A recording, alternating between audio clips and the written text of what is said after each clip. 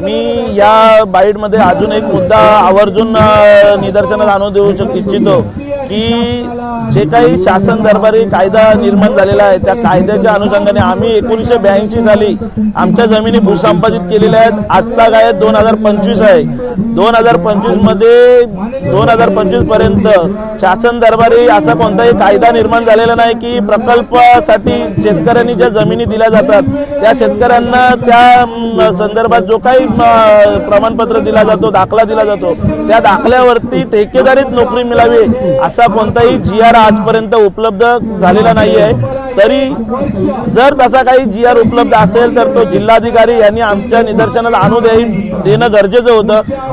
आणून न देता सुद्धा जर रिलायन्स व्यवस्थापनाला पाठीशी घालून जिल्हाधिकारी